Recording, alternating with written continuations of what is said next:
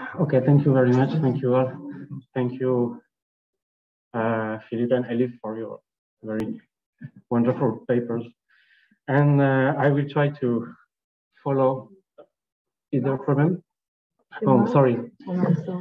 Yes, I will try to keep in the same scientific level of the former paper and trying to confront the textual sources and some archaeological features, but I'm not a specialist, obviously, and trying to see mostly, basically, the process of church building during early Islam and trying to explain the process at the end of the 8th century and early 9th century of church destruction, church destroying process, and trying to compare the Christian Syriac sources and the Arab Muslim sources, which is always my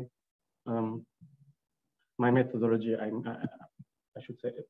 Oh yeah, I know what is the problem now. Always the same problem, but it happened to me also. Now it's okay. Yeah. So.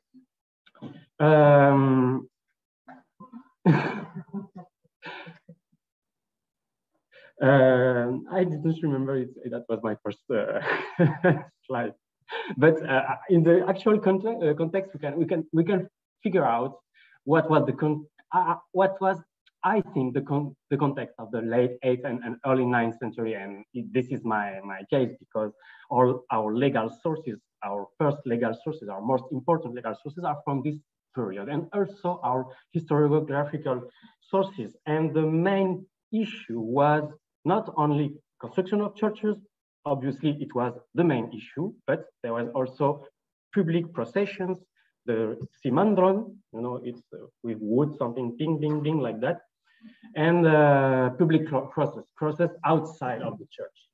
That was obviously a problem. And I think it's my hypothesis, it's that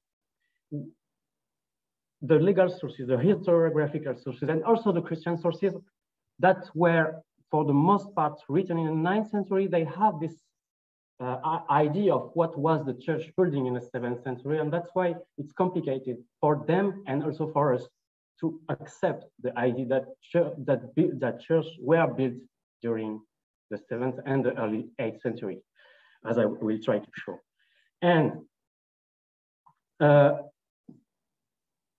basically, it's what on this slide is what I wanted to resume here, to synthesize the idea that the soul literature always tries to find way to ensure the possibility to keep building churches, to have this worship publicity, visibility, and fiscal privilege for clerics, and you can find in some cases exceptional right to have simandron in the streets, for example, in the Euphrates, which is a very interesting situation. And I will emphasize on this particularity of early Islamic law of the 8th century that was a little bit forgotten, lost in the 9th and 10th century, and when the Shurut Omariya became the official constitutional paper, but it was not the constitutional document at this time. At this time, there was a missed exception. It's a Muslim cities, the Muslim founded cities like Kufa, like Basra, like Fustat, like Kairouan, like Merverud in Central Asia, these kind of cities. They were Muslim and they were considered as not to the Christians and Jews, non-Muslim were not considered authorized to build. But obviously we have sources, we have proofs of church building in the Ansar. Thus, the rule of the Ansar is, even the rule of the Ansar is a late law. So we have also in the same idea of contemporary comparison, if you can make a parallel, we have conspiracy theory linked to the church building. And Philippe already spoke about the Yarkdan case in Edessa, and there is a conspiracy theory at this time. I think it's because the He has an advisor, which is a Chalcedonian. I think maybe I mixed up because there is a lot of cases, but Dionysius is always making the case that the governor is a good governor, the caliph is a good caliph, but there is conspiracy. Even the schismatics, even the heretics, even the Muslim crowd, even the judge, but not the governor or the caliph.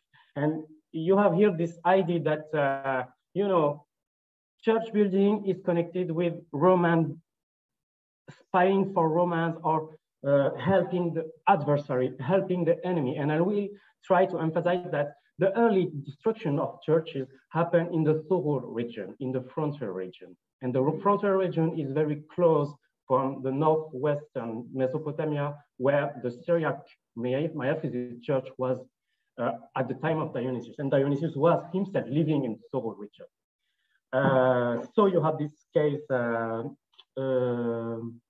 it was the Muslims, the Chalmonais, who were making these defamations. And again, you have the schismatics, the Gouboye, another monastery, rival with the monastery and the network of Dionysius. So, and you can find the same kind of conspiracy theory today. And so I will not focus on this particular, but it's Philip Wood, very interesting work that inspires my reflections of how they were managing with the upper church and the upper clergy. There were three periods, Umayyad and Proto-Umayyad, pre-Sufyanid and Maronid moments, when there were church building with no particular exception. And then the first bans and limitations. And after, you have a series of church destructions. And I quoted here the dates that Dionysius gave us. And I will try to conclude on this chronology, but it could be another paper.